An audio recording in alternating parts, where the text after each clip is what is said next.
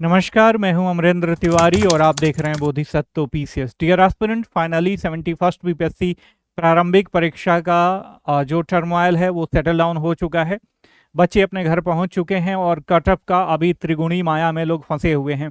लोगों का मैसेज आ रहा है, कॉल आ रहा है कि सर कटअप इस बार कितना जा सकता है। तो मेरा कहना ये है, if you are serious aspirant, तो यदि आपका 80+ काट पीट के सही बैठ रहा है तो आपको मेंस के प्रिपरेशन में लग जाना चाहिए। 90 डेज के आसपास आपको मिलेगा। मोस्ट प्रोबेबल जनवरी फर्स्ट वीक 2026 में आपका एग्जाम हो जाएगा। ठीक है, या बढ़ता है तो ये आपके लिए एज होगा एक तरीके से। ठीक है डियर एस्पिरेंट्स, तो आज के हम इस पार्टिकुलर वीडियो लेक्चर में देखेंगे 71st बीपीएससी मेंस एग्जामिनेशन को लेके आपकी संपूर्ण स्ट्रेटजी किस तरीके से होनी चाहिए। और मेरा जो अच्छा खासा अनुभव है, मैंने ये ऑब्जर्व करा है कि बहुत सारे एस्पिरेंट लगातार मेंस लिखते हैं, या यदि आप पहली बार इस बार मेंस लिखने जा रहे हो तो आपको कौन सी सावधानियां बरतनी चाहिए। वो एस्पिरेंट जो बार बार मेंस लिखते हैं और कहीं ना कहीं पीछे रह जाते हैं, उनमें कहीं ना कहीं वो एक्स फैक्टर की कमी होती है जो उनसे एज पे चले जाते हैं, आगे बढ़ जाते हैं, अहेड होते हैं एक स्टेप, और वो पीछे रह जाते हैं। तो वो एक्स फैक्टर है क्या, उसको हम कैसे कल्टीवेट करेंगे आप में, ताकि आप जो है आप भी फॉरवर्ड आके गेम खेल सको और इजीली बीपीएससी मेंस का संधान कर सको। 4-5 मुद्दों पे हम चर्चा करने वाले हैं। Syllabus mapping and smart planning. हाँ, before starting the today lecture, if you are new at Bodhisattva PCS then subscribe the channel and hit the bell icon for all the notification. मैं हूं अमरेंद्र तिवारी। सिलेबस मैपिंग और smart planning की बात करेंगे। इसके साथ साथ जो कल्टीवेटिंग एक्स फैक्टर है, उसके लिए जो आपका एनालिटिकल एज होना चाहिए, किस तरीके से आप उसे अपने आप में डेवलप करोगे, इसके बारे में हम चर्चा करेंगे। इसके साथ साथ आपका टाइम एंड रिवीजन स्ट्रेटजी किस तरीके से होनी चाहिए। मान लीजिए आपके पास 90 डेज है, तो इसमें किस तरीके का प्लान बनाओ कि आपका जो स्टैटिक पोर्शन है, करंट अफेयर्स है, वो तैयार हो जाए, आपका जो रिवीजन है, मनन है, गवेषणा है, वो तैयार हो जाए, और साथ में आपकी आंसर राइटिंग प्रॉपर जो है प्रैक्टिस कर सको। ठीक है, इसके साथ साथ एस्से की बात करेंगे, काफी इंपॉर्टेंट है। और इस बार ना देखो, एस्से कैसे लिखना है। पिछले बार जब हम पटना में कंडक्ट करवा रहे थे ऑफलाइन टेस्ट सीरीज या ऑनलाइन भी, मैंने बच्चों को देखा कि एक रेडीमेड बाजार में कहीं से भी वो पड़े होंगे और उस रेडीमेड को उन्होंने याद कर लिया और उनमें कुछ भी नया नहीं है। ठीक है, तो कुछ भी नया नहीं है एक ही टॉपिक पे, लेट्स से कि बहुत ही मिनिमलिस्टिक टॉपिक है, और आप सबको पता है कि आपने प्रारंभिक परीक्षा और मेंस पहले से पढ़ रखा होगा। हरित क्रांति और बिहार, ऐसे लेट्स से बात कर लेते हैं। तो हरित क्रांति और बिहार में तो देखो, जो इसका स्टैटिकल डायमेंशन है वो तो रहेगा ही। इसके साथ साथ जो करंट इश्यूज हैं हरित क्रांति की वजह से, या इसके साथ जो सोशल डिफरेंसेस पैदा हुए हैं, इसके साथ जो हमारे इंटरनेशनल रिलेशन में बदलाव आया है, हमारे थॉट प्रोसेस में बदलाव आया है, हमारी संस्कृति में बदलाव आया है। ऑब्वियस देखोगे, जो फर्स्ट सेंट्रिक जो मतलब ग्रीन रेवोल्यूशन था, जो सेंट्रलाइज एरिया था पंजाब और हरियाणा, वहाँ पे कितना बूस्ट किया और वहाँ पे कल्चरल जो ग्रोथ हुआ कितना ज़्यादा हुआ। आप आज जो हरियाणवी हैं या पंजाबी लोग हैं वो ग्लोबलाइज हो गए हैं। लेकिन आप पूर्वी भारत की बात करो, जो पैराडॉक्स ऑफ प्लेंटी की स्थिति में है, वो संसाधन होते हुए भी संसाधनहीनता का, विहीनता का और ग्रोथहीनता का शिकार है।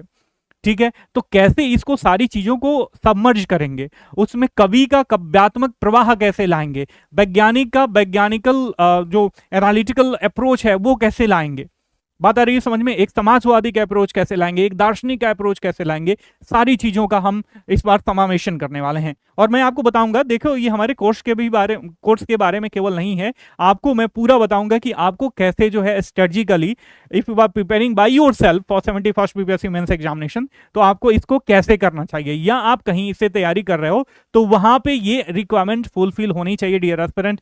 देखो, मैंने देखा था प्रारंभिक परीक्षा में कि बच्चे जो है एग्जाम के एक दिन पहले तक ऑनलाइन यूट्यूब पे बने हुए हैं। वो समय होता है मनन का, वो समय होता है आपका अपना, जितना गवेषणा करोगे, जितनी बुकों से, पुस्तकों से बात करोगे, अपने नोट से बात करोगे, आपकी एनालिटिकल एबिलिटी उतना ही बढ़ती है डियर एस्पिरेंट। क्लास 3 से 4 घंटे की होनी चाहिए। ये नहीं कि एग्जाम के 1-2 दिन पहले भी आप यूट्यूब पे 5-5 घंटा, 7-7 घंटा, 10-10 घंटे का मैराथन देख रहे हो, तो आउट ऑफ कंपटीशन हो जाती है वो सारी चीजें। ठीक है, बात ये आपको समझनी है। इसके साथ साथ हम रिसोर्स एंड प्रैक्टिसेस की बात करेंगे कि रिसोर्स एंड प्रैक्टिसेस जो है आपको कैसे करनी है, रिसोर्स का मैनेजमेंट कैसे करना है। और इसके साथ साथ जो एक्स फैक्टर का बूस्टर है ना, उसके लिए हम कुछ प्रो टिप्स के बारे में आपसे चर्चा करेंगे। चलिए शुरू करते हैं। शुरू करने से पहले हम थोड़ा सा अपना प्रमोशन करना चाहेंगे। ये हमारा मेंस मंत्रा बैच है, targeted mains batch for 71st BPSC mains examination. इसमें हमारा मेन गोल ही होगा, आप में जो बेसिक पढ़ाई है वो तो होगी ही, साथ में जो आपका एक्स फैक्टर है, जो आपको 1 नंबर 2 नंबर हर एक आदमी से जो सीरियस कैंडिडेट हैं उससे ज़्यादा दिलाएगा, वो क्या है, ये गेन करना, ये कल्टीवेट करना आप में, ये हमारा मूल कर्तव्य है और मेन टारगेट है इस बार का। 17 सितंबर से शुरू हो रहा है, 4,999 रुपया इसका फी है। जो इसकी विशेषताएं हैं, इसमें सारे पार्ट्स हम कवर कराएंगे सिलेबस का, like history, polity, geography, science and tech, economics, international relation, essay, data interpretation, current affairs. इसके साथ साथ मैं आपको बताना चाहूंगा कि इसमें डेली लाइव क्लासेज होंगे हमारे एप्लीकेशन पे, साथ में class based weekly answer writing practice आपको करवाई जाएगी। 4 दिन क्लास होगा जीएस स्टैटिक पोर्शन के लिए, करंट अफेयर्स के लिए, और 2 दिन क्लास होगा आपका डेटा इंटरप्रिटेशन और एसए के लिए, और संडे डेडिकेटेड रहेगा आपके आंसर राइटिंग प्रैक्टिस के लिए। इसके साथ साथ आपको पर्सनल मेंटरशिप मिलेगी, फेस टू फेस कन्वर्सेशन के साथ। वीडियो कॉल चाहो तो वीडियो कॉल कर सकते हो, या फोन पे बात कर सकते हो, मैसेज के थ्रू बात कर सकते हो। मैं आपके लिए 24 घंटा अवेलेबल रहूंगा, सोने के आवर को लेके, मतलब लगभग आपके लिए अवेलेबल रहूंगा हमेशा, ठीक है।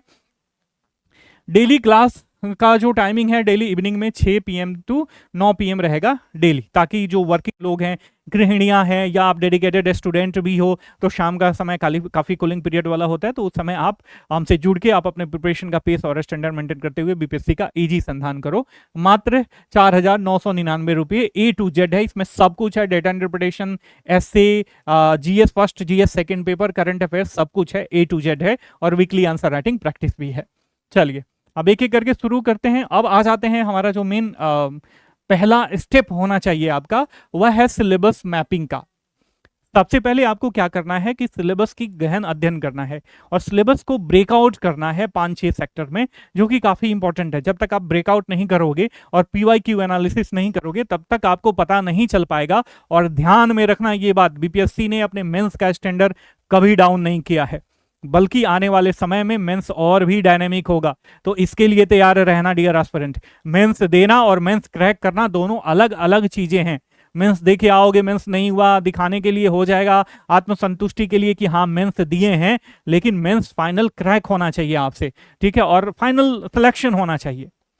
मेंस ही काफी ज्यादा डिसाइसिव होता है, ठीक है। इंटरव्यू में अगर थोड़ा बहुत कम भी नंबर आता है तो ये मेंस कवर अप करता है उसको, ठीक है। तो 5 जो भी कोर एरिया हैं, और आपको स्टार्टिंग करना है किससे, सेकंड पेपर से। सेकंड पेपर काफी डायनेमिक है, आप फर्स्ट पेपर मैनेज कर लोगे, मुझे पता है, कोई भी मैनेज करा देगा, आप खुद से मैनेज कर लोगे, लेकिन सेकंड पेपर क्वाइट इंपॉर्टेंट है। जैसे ज्योग्राफी की बात करें तो ज्योग्राफी में मान लीजिए कि आप जियोमॉर्फोलॉजी ऑफ इंडिया पढ़ रहे हो, ठीक है, हिमालय का निर्माण पढ़ रहे हो, तो हिमालय के निर्माण में जो कोबर का सिद्धांत है, जियो सिंक्लाइन सिद्धांत है, उसके बारे में लिखोगे, उसके थियरी के सिद्धांत के बारे में लिखोगे, उसकी थोड़ी सी आलोचना करोगे और उसका डायग्राम भी बनाओगे, भूत सन्नतियों से कैसे पर्वतों का निर्माण होता है। और फाइनल जो हमारा कंटेम्पररी जो तरीका है, सिद्धांत है, जिसको हम मानते हैं, जिस वजह से प्लेट टेक्टोनिक है, जिसके वजह से हमारे पर्वतमालाओं का, जो हमारे हिमालय है, हिमालय का निर्माण हुआ, तो वो किस किस स्टेज में हुआ, वो पूरा डायग्राम बना के आपको देना है।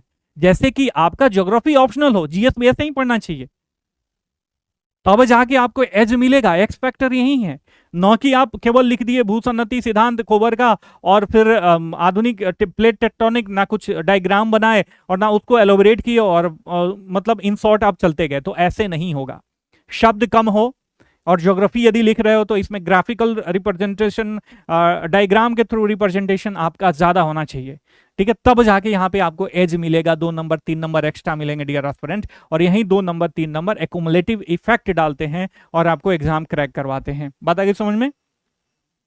तो geography, polity, science and tech plus economic, इसमें देखो कौन कौन से टॉपिक ज्यादा रिलेवेंट हैं, कौन कौन से टॉपिक से बार बार प्रश्न, कुछ ही टॉपिक है मेंस एग्जामिनेशन में, और उसमें जो डायनेमिक चेंजेस होते रहते हैं उसी से एफिलिएट करके बीपीएससी प्रश्न पूछता रहता है, ठीक है। मेंस अभी भी बीपीएससी का काफी आसान है, कंसाइज सा सिलेबस है, आप इसे चाहो तो आराम से 2 महीने, 2.5 महीने, 3 महीने में बिल्कुल महारत हासिल कर सकते हो इसमें, ठीक है। इसके साथ साथ उसके बाद आपको डेटा इंटरप्रिटेशन पे शिफ्ट करना है, हिस्ट्री, करंट अफेयर्स आदि पे।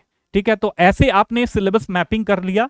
अब इस सिलेबस मैपिंग में अब आपको करना क्या है, इसमें एक्स फैक्टर और एनालिटिकल एज आप कैसे हासिल करोगे। सबसे पहले लेट्स से मैं एक बहुत ही साधारण सा, और पिछले बार भी बता रहे, जैसे चंपारण सत्याग्रह की बात हो रही है, तो चंपारण सत्याग्रह एक एग्रीग्रियन रिवोल्ट था। ठीक है, वो आंदोलन था जो कि हमारे राजनीतिक पुरुष थे महात्मा गांधी, उनके नेतृत्व में खेल मतलब हुआ वो। ठीक है, तो वो किसानों का मेन इशू था। तो क्या वो इशू, जिस इशू उस समय वो लड़ रहे थे चंपारण सत्याग्रह में भारत सरकार से, तत्कालीन जो ब्रिटिश गवर्नमेंट थी उससे, तो क्या वो इशू अपने परिवर्तित रूप के साथ अभी भी समाज में विद्यमान है कि नहीं है। एनसीईआरबी का data, national crime record bureau का डेटा लिखोगे किसानों की स्थिति को लेके, सौराष्ट्र का उसमें थोड़ा सा केस स्टडी दे दोगे, अपने बिहार का उसमें इनपुट दोगे, तभी तो जाके मतलब आपका होलिस्टिक ये एक अप्रोच बनेगा। ठीक है, तो इसीलिए इंटरलिंक टॉपिक्स को इंटरलिंक करना है, करंट अफेयर से, स्टेटिक से, बिहार स्पेशल से, और उसमें आपका अपना इनपुट है। ठीक है, फ्यूचरिस्टिक इनपुट होना चाहिए, तब जाके ये होलिस्टिक अप्रोच होता है आंसर राइटिंग का। नहीं कि रेडीमेड आपको मार्केट में सामान मिल रहा है, लोग कहते हैं कि खाली आंसर राइटिंग से, अब देखो मार्केट में यही होगा कि आंसर राइटिंग कर लो आपका सब कुछ हो जाएगा। नहीं, पिछले बार जब लोग मेरे पास आ रहे थे तो आंसर राइटिंग वो कर पा रहे थे, मैं 5 दिन में आपको आंसर राइटिंग का महारती बना दूंगा। लेकिन आंसर राइटिंग में लिखोगे क्या। आंसर राइटिंग में आपको लिखने के लिए आपके पास कंटेंट होना चाहिए, आपकी समझदारी विकसित होना चाहिए, आपके विश्लेषणात्मक पावर अपलिफ्ट होना चाहिए, तभी तो आप लिख पाओगे।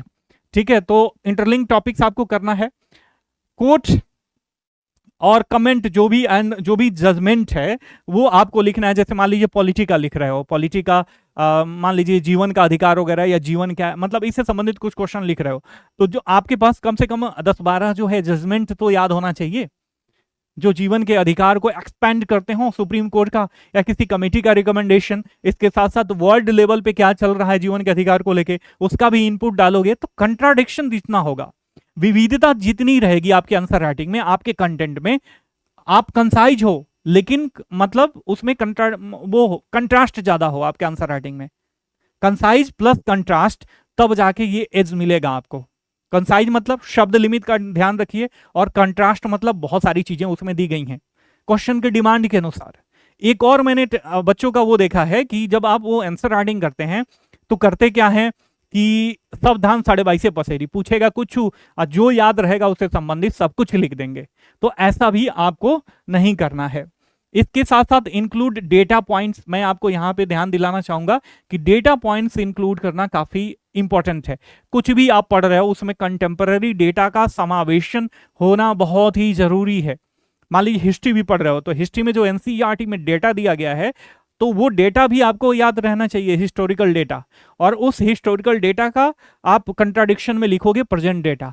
ठीक है, और दोनों को मिला के पढ़ोगे तब जाके जो है आपका होलिस्टिक प्रिपरेशन होगा। तो आपको ऐसे करनी है सिलेबस मैपिंग।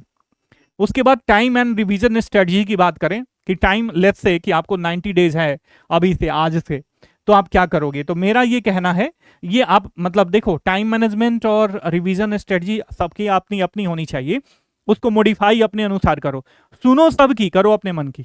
हाँ, जो बेसिक चीज है वो आपको फॉलो करना ही होगा, जो मैं बता रहा हूं एक्स फैक्टर के लिए। ठीक है, इसमें आप अपने मन की कर सकते हो, लेकिन जो मैंने बताया उसमें आप अपने मन की नहीं कर सकते हो। ठीक है, वो बिलाई के भागे सिकहर नहीं टूटता है, लोकल में कहा जाता है ना कि बिलाई के भागे सिकहर टूट गई।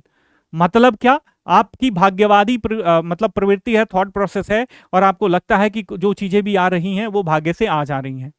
ठीक है, या रास्ते में जा रहे हो और आपको एक शेर मरा मिल गया, और आप शेर के माथे पे पैर रख के और एक सेल्फी लेके और आपने इंस्टा पे ऐड कर दे रहे हो कि मैंने शेर को मार दिया, धराशायी कर दिया, पटक दिया।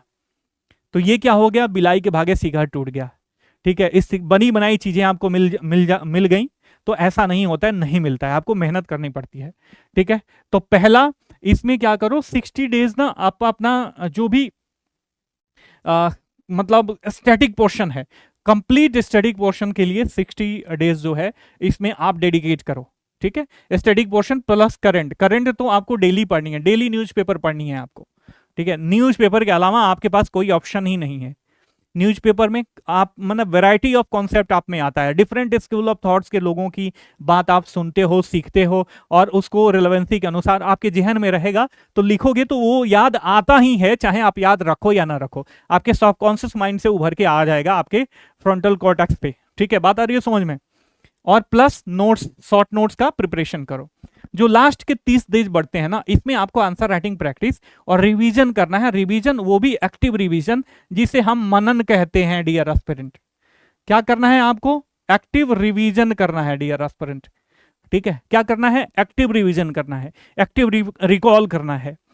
दैट मीन्स आपसे कोई कहे ले से कि प्रीवियस पूछा हुआ प्रश्न है कि संविधान ने एक हाथ से आपको एफआर दिया है और दूसरे हाथ से ले लिया है। एफआर बोले तो फंडामेंटल राइट, तो ये कंट्राडिक्टरी है कि मतलब भेड़िए की आबाद स्वतंत्रता मेमने के मौत का कारण नहीं बननी चाहिए, बात यही हो रही है ना। तो आपको जो है वेल बैलेंस अप्रोच होना चाहिए इसमें।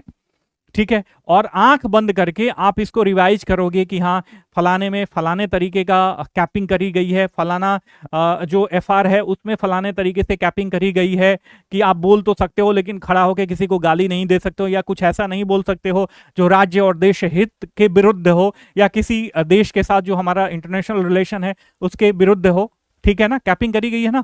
तो इसको आपके मन में जब तक फ्रेमिंग नहीं बनेगी, तो वो फ्रेमिंग हाथ से आप शब्दों के माध्यम से अपने पेज पे नहीं उकेर सकते हो दोस्त। और काफी अनुभव के साथ ये मैं बात कह रहा हूं। मार्केट में जो ट्रैपिंग चल रही है, जो प्री में बच्चे काफी, मेरा 90 डेज का क्लास चला था प्रारंभिक परीक्षा का, 90 डेज का क्लास, तो मैं मेरी गारंटी है कि हमारे बच्चे 45 प्लस 75 प्लस तो सही करके, नॉर्मल सा भी बच्चा 75 प्लस सही करके आया है। बात आ रही है समझ में?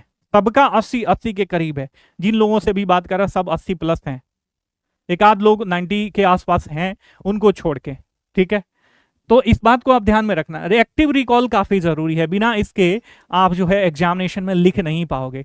दिमाग में फ्रेमिंग रहेगी तो आप भले ही आंसर राइटिंग ना करो, बात आ रही है ना समझ में, आप इजीली एग्जाम में उसे हैंडल कर लोगे।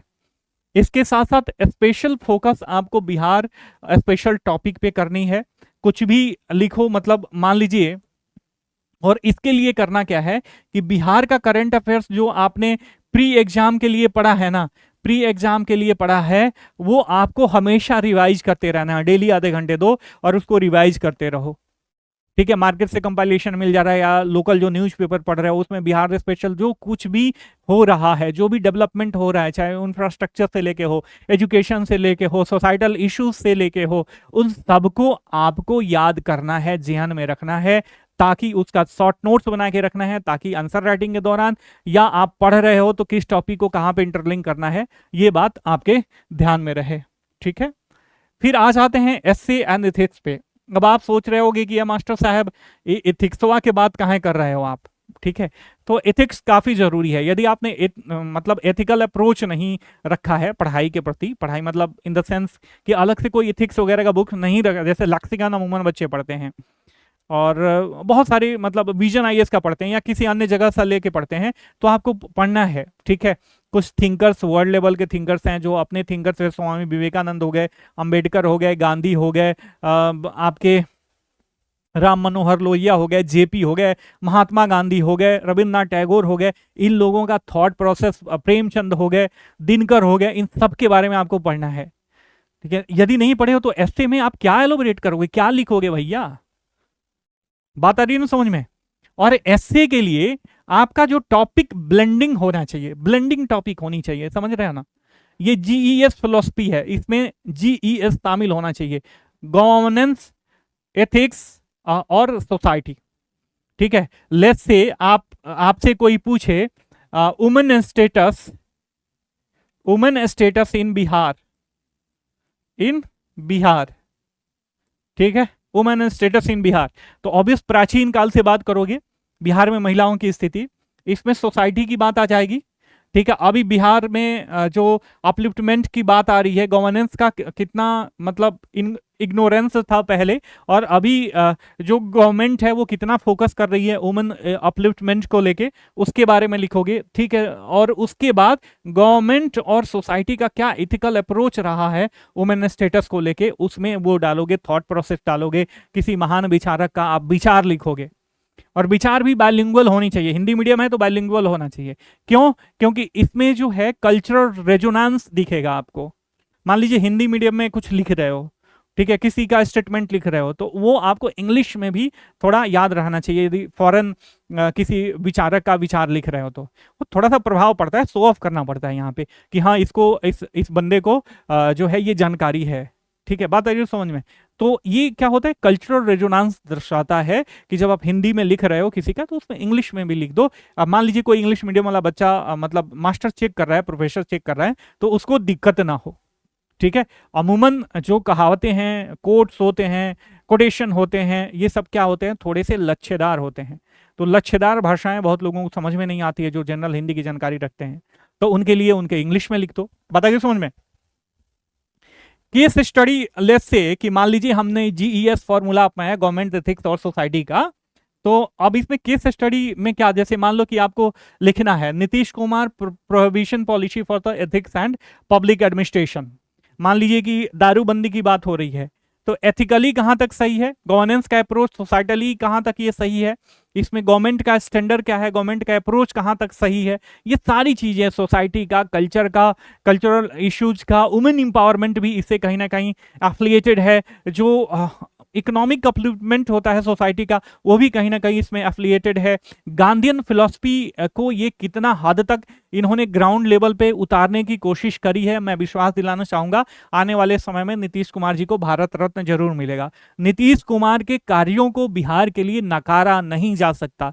ठीक है, जो बिहार बीमारू स्टेट था, उस बीमारू स्टेटस से निकाल के अभी तक बिहार की जो स्थिति है वहां तक लाना, बिना किसी इंडस्ट्री इन्वेस्टमेंट के, बिना किसी एफडीआई इन्वेस्टमेंट के, बहुत बड़ा कोई चंक एफडीआई तो आया नहीं है बिहार में, इसके बावजूद भी बिहार को यहां तक लाना, ये बहुत बड़ी बात है, नीतीश कुमार की बहुत बड़ी उपलब्धि मानी जा सकती है डियर एस्पिरेंट। ठीक है, तो इनको डिजर्विंग कैंडिडेट हैं भारत रत्न के लिए, मिलना चाहिए। पब्लिक पॉलिसी में इन्होंने काफी अच्छा काम किया है। हालांकि करप्शन पे अभी कुछ मतलब साल से उन पे कमांड जो है इनकी पकड़ छूट रही है, लेकिन उसको भी यदि एलिमिनेट कर देते ये, तो मतलब ये एक तरीके से भगवान बन सकते थे। ठीक है, लेकिन यही है, पॉलिटिकल मजबूरियां होती हैं सबकी, तो ये सारी चीजें होनी चाहिए। रिसोर्सेज एंड प्रैक्टिसेस की बात करें डियर एस्पिरेंट, आपको लग रहा होगा कि सर ये सब कहाँ से तैयार करें, तो ऑब्वियस हाँ, आप हमारा जो मेंस मंत्रा बैच है targeted for 71st BPSC mains examination, आप उसको ज्वाइन कर सकते हो। पूरा सब कुछ हम आपको पढ़ाएंगे, उसमें आपको कुछ भी खुद से नहीं करना है, बस केवल मनन करना है, और आपका जो 90 डेज है वो मुझे दे देना है। उसमें से डेली 4 से 5 घंटे मुझे देना है, बाकी आप 8 से 9 घंटे खुद का दीजिए, बाकी सोइए, खाइए, पीजिए, इंजॉय कीजिए। ठीक है, तो यदि आप हमसे बात करना चाहते हैं 97-170-58-805 ये नंबर है, इस पे कॉल करके व्हाट्सएप करके आप हमसे बात कर सकते हैं। और हाँ, हमसे जुड़ने के लिए आप हमारा एप्लीकेशन का लिंक दिया गया है नीचे, उसको डाउनलोड करके वहां से कोर्स परचेज करके हमसे जुड़ के आप अपने प्रिपरेशन का पेस और स्टैंडर्ड मेंटेन करते हुए बीपीएससी का संधान कर सकते हैं। सबसे पहले कि पीवाईक्यू आपको देखना है, पीवाईक्यू से आपके दुश्मन का दिमाग आपको पता चलेगा कैसे मूव करता है साल दर साल। अब मान लीजिए कि जो बच्चे 2-3 साल पुराने हो गए, तो उनको पता है कि कभी बीपीएससी 70वीं जैसे भी पूछ सकता है कभी। हालांकि मैंने कहा था 69 का ही अप्रोच रहेगा इस बार बीपीएससी का, क्योंकि एक तो बीपीएससी पे पिछले साल बहुत लांछन लगा था, बहुत फजीहत हुई थी बीपीएससी की, तो कहीं ना कहीं उसको अपना स्टेटस मेंटेन करना था। ठीक है, तो पूछा, या तो 70वीं का अप्रोच रह सकता है, बॉल या तो गेंद जो है स्लो डाला जा सकता है, या फास्ट डाला जा सकता है, या मीडियम डाला जा सकता है, 3 ही अप्रोच है, इसके अलावा कोई अन्य अप्रोच नहीं है। ठीक है, बात आ रही है समझ में? और टेस्ट सीरीज काफी इंपॉर्टेंट है, 10-20 टेस्ट यदि आप दे देते हो तो आप कैसे टाइम मैनेजमेंट करते हो, कैसे शब्दों का प्रवाह होता है, कैसे आपने जो एक्युमुलेट किया है अपने दिमाग में उससे उकेर पा रहे हो कि नहीं उकेर पा रहे हो, ये सारी चीजें आपको पता चल जाएंगी।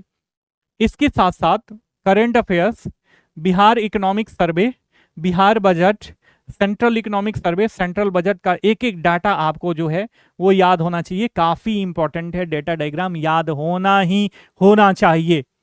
ठीक है, ये अनिवार्य है आपके जीवन के लिए, आपकी सफलता के लिए, ये बात ध्यान में रखना। यदि ये नहीं याद है तो कहीं ना कहीं आप कंप्रोमाइज कर रहे हो अपने स्टैंडर्ड से और अपने क्वालिटेटिव अप्रोच से। ठीक है, बात आ रही है समझ में? ठीक है, रिवीजन ऑफ, और देखो एक और दिक्कत यहाँ पे होती है, बच्चे क्या करते हैं जो प्री के लिए करंट अफेयर्स पढ़ते हैं ना, उनको लगता है प्री खत्म, करंट अफेयर्स का काम खत्म। नहीं, आपको ये करंट अफेयर्स जैसे मेनली बिहार स्पेशल हो गए, इकोनॉमिक्स के हो गए, इंटरनेशनल रिलेशन के हो गए, साइंस एंड टेक के हो गए, ये आपको कंठस्थतः इन्वायरमेंट एंड इकोलॉजी के हो गए मालूम ही होना चाहिए डियर एस्पिरेंट। यदि मालूम नहीं है तो आप डेटा कैसे इनपुट करोगे? तो ये जो भी आपका 1 आवर स्टडी है ना, ये करंट अफेयर्स रिवीजन पे जाना चाहिए जो आपने प्रारंभिक परीक्षा में पढ़ रखा है। Keep it for the mains examination dear aspirant. ठीक है, न्यूज़पेपर डेली पढ़ना है और स्टैंडर्ड बुक्स, लक्ष्मीकांत अनिवार्य है, लक्ष्मीकांत अनिवार्य है, बिपिन चंद्रा अनिवार्य है। ठीक है, ज्योग्राफी के लिए मान लीजिए कि आप महेश बनवाल ही पढ़ रहे हो या कहीं भी पढ़ रहे हो, थोड़ा सा स्टैंडर्ड बुक फॉलो करो, या सविंदर सिंह जो सेलेक्टिव टॉपिक है इंडियन ज्योग्राफी का, जियोमॉर्फोलॉजी का, तो सविंदर सिंह से भी पढ़ सकते हो। तो स्टैंडर्ड बुक आपको फॉलो करना है। आप मतलब इंटेलिजेंट इनफ हो कि मेंस के लिए आपको क्या क्या करना है। अंततोगत्वा मैं ये प्रो टिप्स की बात करूंगा जिसके लिए मैंने ये डेडिकेटेड वीडियो बनाया है। आपके आंसर राइटिंग में, आपकी सोच में फ्लो चार्ट होना चाहिए, डायग्राम होना चाहिए, बुलेट पॉइंट्स होने चाहिए, ताकि कम शब्दों में भी अधिक चीजें कही जा सकें। ठीक है, तब भी जाके जो है उसमें कोई भी किसी भी तरीके का जो विविधता है उसकी कमी नहीं होगी और कंट्रास्ट ज्यादा रहेगा। ठीक, बात आ रही है समझ में? इसके साथ साथ use bilingual phrases in essay for cultural resonance, जो कि मैंने पहले बताया। बात आ रही है समझ में? ये कर सकते हो, थोड़ा बहुत ये प्रैक्टिकल करने की आवश्यकता है, क्योंकि कल्चरल रिजोनेंस होगा। मैंने कहा था भी कोई भी टॉपिक का क्या होता है आपका मतलब सोसाइटल इशू से एफिलिएटेड रहता है, कल्चर रहता है, साइंस एंड टेक रहता है, इकोनॉमिक होता है और फिलोसफी का होता है, साइकोलॉजी होता है, सब कुछ एफिलिएटेड होता है। दो इसके इतना जो है कंट्रास्ट बनाने के बाद ये जो कल्चरल रेजोनेंस है इसको भी आपको मेंटेन करना पड़ेगा, क्योंकि जो बिहार स्पेशल वाला सेक्शन है ना, इसमें इन दोनों का इनपुट काफी अनिवार्य है। इसके साथ साथ हमेशा करंट प्लस स्टैटिक लेके चलना चाहिए। लेट्स से प्रेसिडेंट का आप पढ़ रहे हो तो न्यूज में सर्च मारो, प्रेसिडेंट से संबंधित अभी कुछ आया है कि नहीं आया है, कोई कंट्रोवर्सी तो नहीं हुई है, या वाइस प्रेसिडेंट की बात कर रहे हो, इस बार वाइस प्रेसिडेंट काफी इंपॉर्टेंट है। राज्यपाल गवर्नर जो है इंपॉर्टेंट होते ही हैं। तो हाल फिलहाल में क्या केस स्टडी चल रही है, क्या कहीं का जो गवर्नर है उसके लोकल मतलब जो राज्य सरकार है उससे कोई मतलब वो हुआ है, क्लैश हुआ है उनमें या कलेश हुआ है, तो सारी चीजें पढ़ते रहो पॉलिटिकल पॉइंट ऑफ व्यू से। ठीक है, स्टे कंसाइज येट इनोवेटिव, शब्द सीमा का ध्यान रखना है लेकिन इनोवेटिव भी आपको रहना है डियर स्टूडेंट। आई होप कि जो चीजें भी मैंने मेंस प्रिपरेशन के लिए for 71st BPSC mains examination के लिए मैंने बताया, आपके जेहन में आसानी से पहुंच गया होगा।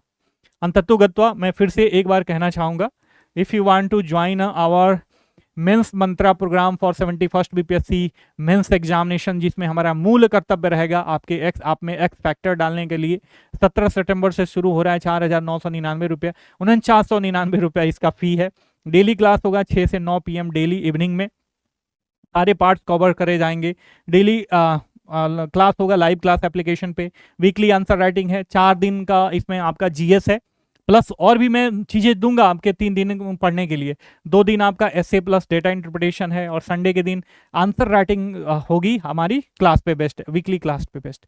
ठीक है, फिर पर्सनल मेंटरशिप, सब इसे ज्वाइन करने के लिए नीचे वीडियो के डिस्क्रिप्शन बॉक्स में हमारा जो एप्लीकेशन का लिंक दिया गया है उस एप्लीकेशन को डाउनलोड कर लो, वहां से कोर्स परचेज करके be ready for the dear aspirant. ठीक है, यदि आप हमसे बात करना चाहते हो तो ये हमारा नंबर है, मैं लिख दे रहा हूँ 97-170-58-805।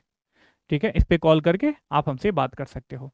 आपकी सफलता की शुभेच्छा के साथ मिलते हैं अगले क्लास में, तब तक के लिए साइनिंग ऑफ, टेक केयर, जय हिंद, जय भारत।